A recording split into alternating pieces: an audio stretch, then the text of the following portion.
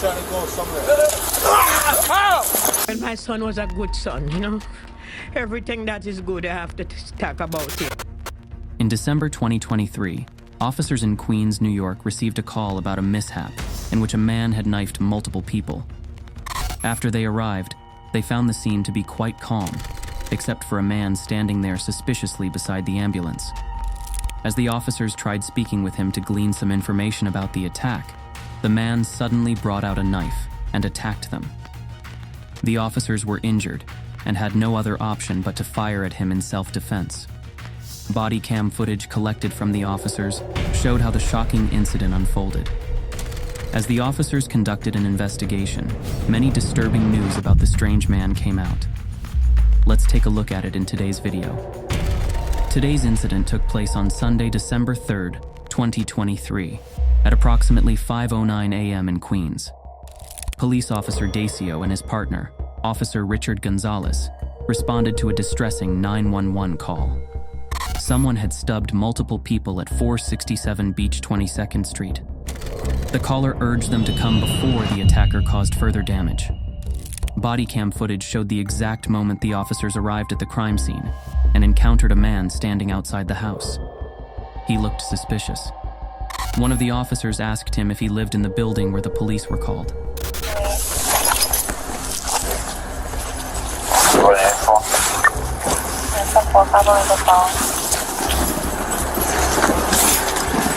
Call the police? You call the police? The man appeared confused when the officers asked him about the incident. He said he didn't know anything.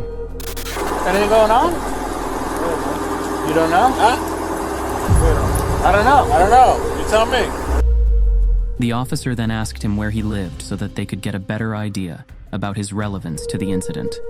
You live here? Yeah. Where you live? The man didn't answer his question, but said something completely different. And then out of nowhere, he attacked the officer. Trying to go somewhere. The officer didn't wait and fired his gun at him in self-defense.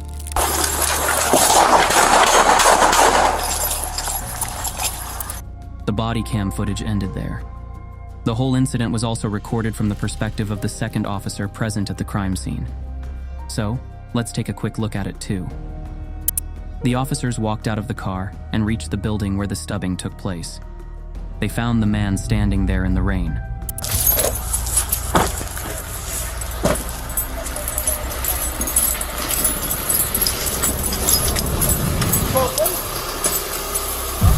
You go to police? The man looked confused and was constantly looking to his left.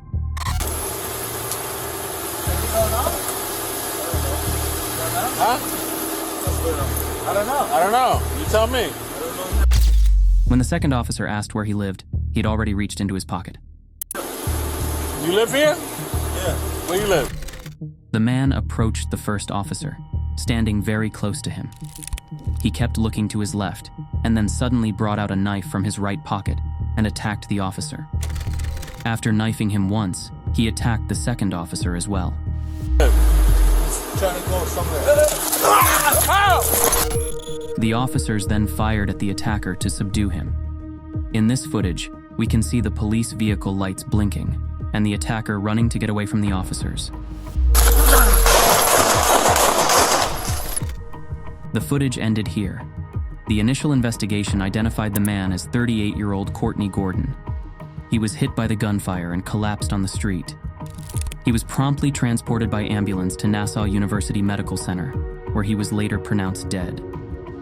New York police say the suspect was killed when an officer opened fire after another officer was slashed in the face. Officer Dacio and Officer Gonzalez were taken to Jamaica Hospital Medical Center for treatment of their injuries. Officer Dacio was stubbed in the neck. Officer Gonzalez was stubbed in the temple. They were transported to a hospital and treated. Initial investigation discovered that before attacking the officers, Gordon had brutally attacked 5 members of his own family inside 467 Beach 22nd Street. The 38-year-old was shot dead by police early Sunday morning after detectives say he killed 3 family members in this Beach 22nd Street home in Queens and injured 3 others, including 2 police officers. Among the victims were 2 children, a young girl and a boy. Tragically, the girl was found lying in a pool of blood at the front of the house, and despite being rushed to the hospital, she succumbed to her injuries. The other victims included a middle-aged woman, a man, and an elderly woman who was in critical condition after being rushed to the hospital. She was receiving treatment for multiple knife wounds, while the others passed away. Thank you, Katie. And in Queens, New York, 4 people dead in an apparent domestic stabbing early this morning, including 2 children ages 11 and 12. A 30-year-old man and a 44-year-old woman also dead. A 61-year-old woman is in critical condition. Officers revealed that the 911 call they'd received came from a young girl who told them their cousin had just taken the lives of his family members, and the officers needed to go check the house and help the others. Police say they got a 911 call from a young girl saying her cousin was killing family members. According to official reports, after more help arrived, the officers were unable to enter the house because it had caught fire. But firefighters managed to douse it quickly, and the officers could follow through the rest of the procedures. Police were originally unable to enter the home due to a fire, but crews worked quickly to put out the flames. The investigators later found that Gordon had lit a couch on fire inside the house before leaving, which had spread across the apartment. As the police searched the house and spoke to family members, they still didn't understand why Gordon suddenly took the lives of his own family members. Police still remain at the home more than 24 hours after 4 people were murdered. Investigators say this man, 38-year-old Courtney Gordon from the Bronx, went on a stabbing spree early Sunday morning against his own family members. Why remains the big question.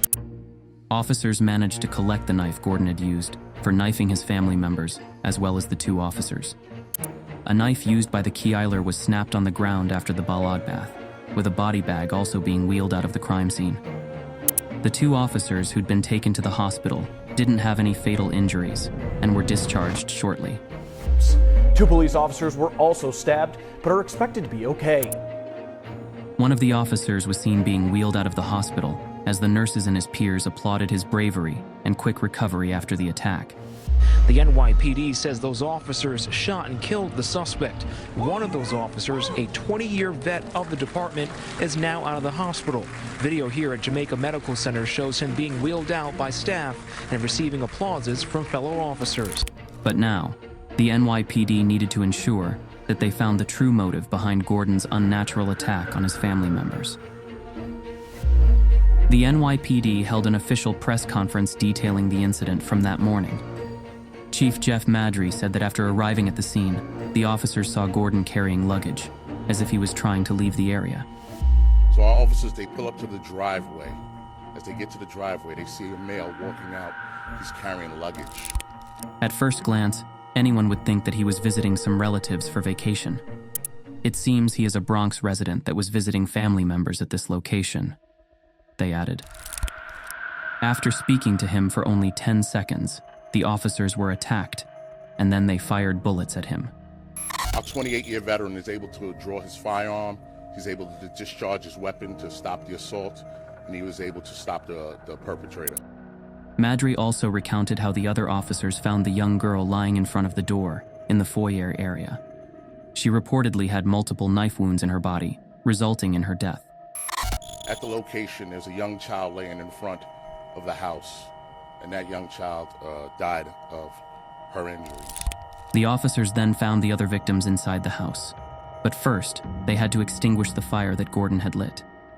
By the time they entered the building, the victims had already passed away. They guessed that they were all family members. We found another 3 victims, all dead.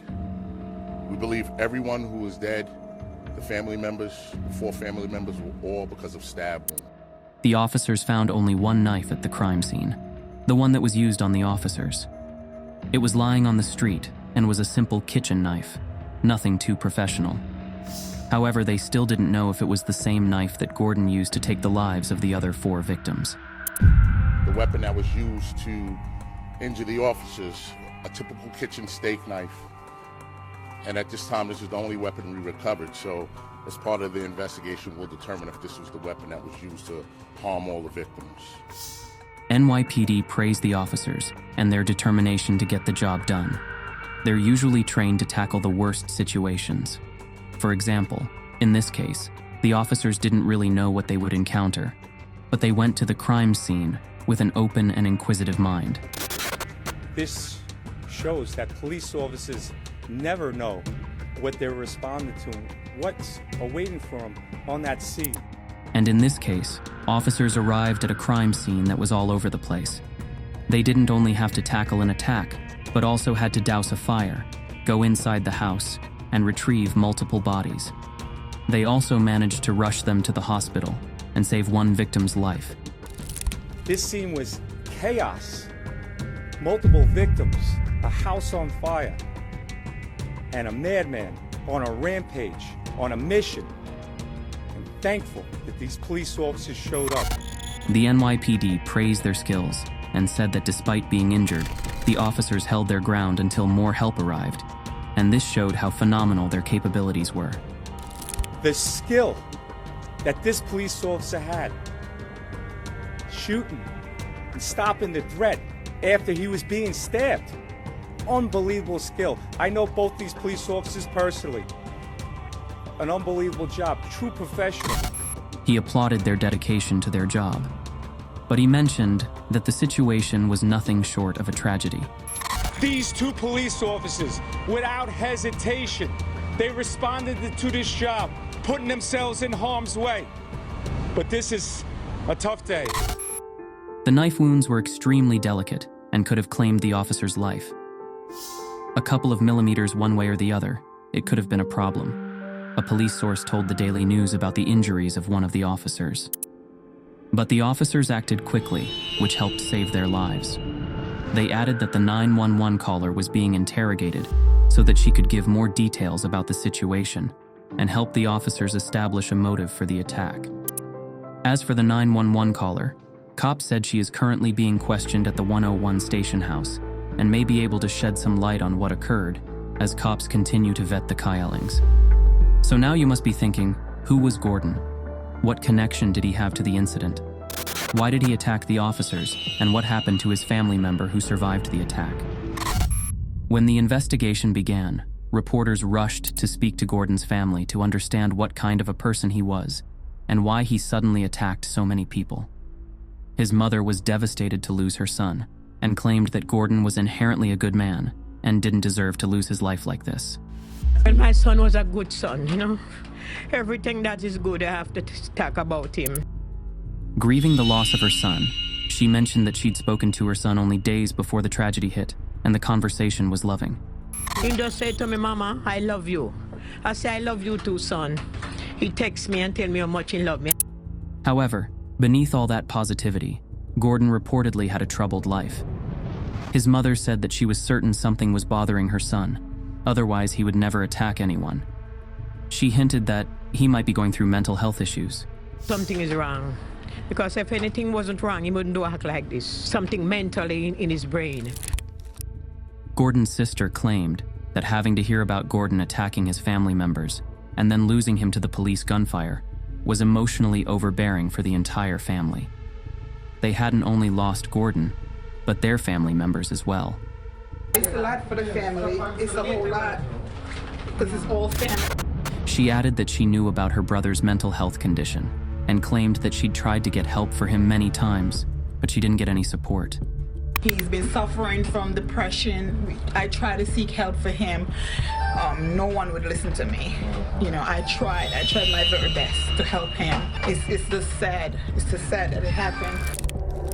She added that because he was an adult, it was difficult for her to get help from him, unless he wanted it for himself. They're telling me he's a grown man, and because of his age, I couldn't sign the consent and give him the treatment, she said. I really tried because I know he wasn't stable. Gordon's family also claimed that he was living as a homeless person for quite some time before moving into a temporary apartment, not very long before his tragic passing. He was also a father to 3 beautiful children, which is why his mother and sister couldn't understand why he attacked those other children. Law enforcement, however, had other things to say. They claimed that Gordon had a good number of criminal charges against him. He has one prior arrest, and that was for a strangulation domestic violence incident that took place in the Bronx. However, according to them, none of Gordon's criminal records was connected to the house where he was staying, and the officers weren't sure why he was acting so protective about it.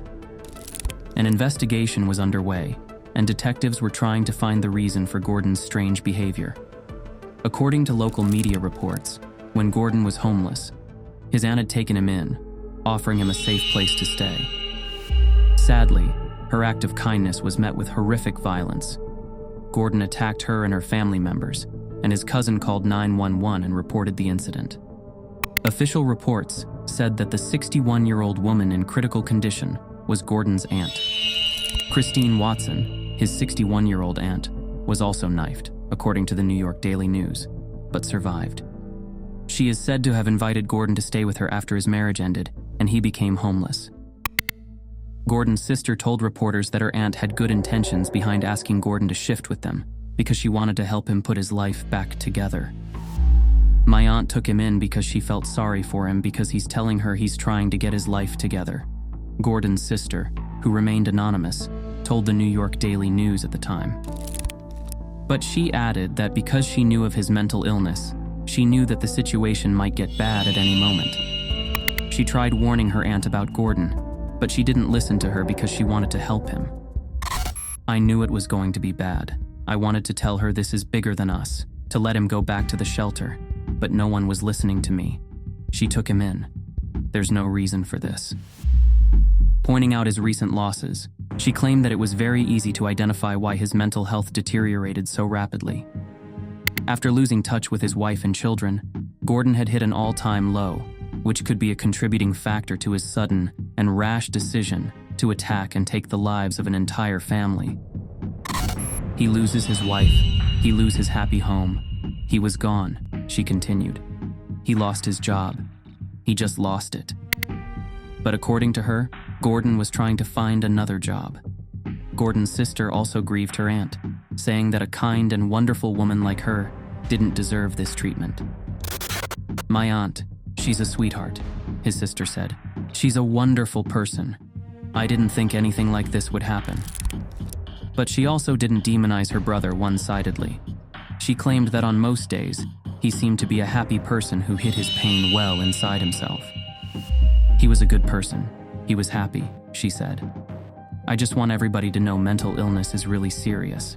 It really is. And then, reporters finally managed to speak to the people who lived inside the Bronx house with Gordon. They shed some light on the incident, Gordon's continuous downward spiraling mental health, and the reason he'd truly attacked them. One of Gordon's cousins, Sean McCoy, said that his family had started fearing Gordon right after he moved in with them. He used to live in the family's ground floor room. His cousin, 38-year-old Courtney Gordon, had been living in this room on the ground floor of his family's Bronx home. His mother would often ask them to lock their doors when they would sleep or be alone, and she also did the same to ensure her safety. My mom would always say to lock your door. She locked her door.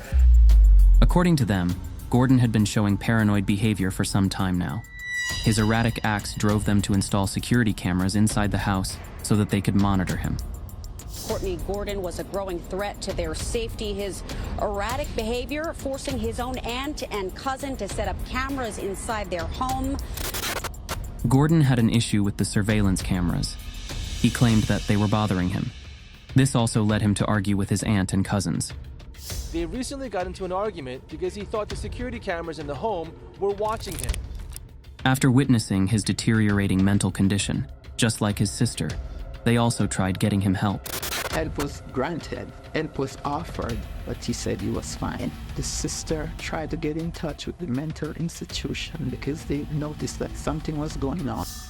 According to the aunt, the authorities of the institute did come to help Gordon, but he refused to take any help at the last moment. And they did come to get Courtney to help him, and he refused. There were other telltale signs of depression and declining mental health in him that even his aunt noticed. She said that he would listen to sad and depressing songs about taking one's own life. She was very scared for herself and her family's safety, and she reportedly decided that Gordon had to leave their home and find another place to live. He would listen to his mostly killing and just the behavior in general. I noticed, I decided that he has to go. He would often snap and misbehave with them, which was also another reason that they wanted him gone from their lives. We just told him that he can't be here anymore because he's causing too much trouble. Gordon's aunt knew that she was making the right choice. Although she lost her entire family, she believed that choosing to throw Gordon out of their house helped save her and Sean's life. I just had wanted him out because when someone have mental issues, you never know when they're going to flip. She never imagined that Gordon would do something like this. She'd watched him grow up, and she surely couldn't recognize the person that her nephew had become. This was not the same Courtney that I used to. When they asked Gordon to leave, that's when he snapped. His anger came out that night, and he attacked all family members. The family also mentioned that Gordon was working as a driver for a ride-sharing app, but had put off work due to his vehicle breaking down. He reportedly also stopped taking his medicines, which might have contributed to his mental health imbalance. Relatives say Gordon was driving for a rideshare service, but his car had broken down, so he may have been out of work. He was on medication, but stopped taking. Sean said that he always tried to get Gordon a better job, and even tried working with him. However, his mental health issues were so severe that he failed to get any stable job whatsoever. As a cousin, I tried my best to try to get him a job, try to work with him, and it just wasn't working out. He added that Gordon's poor mental health was visible through his actions. He would often yell at them, and they would just want to be left alone and not talk to him because they knew that he was just having another episode and might not be meaning any of those. But they also didn't want to deal with any of it. You can see that the clues of what he did,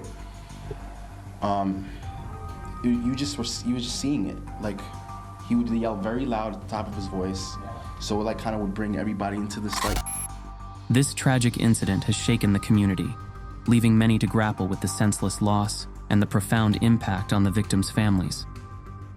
One neighbor heard the bullets being fired by the officers in the middle of the night. They were terrified to think what was taking place outside their house.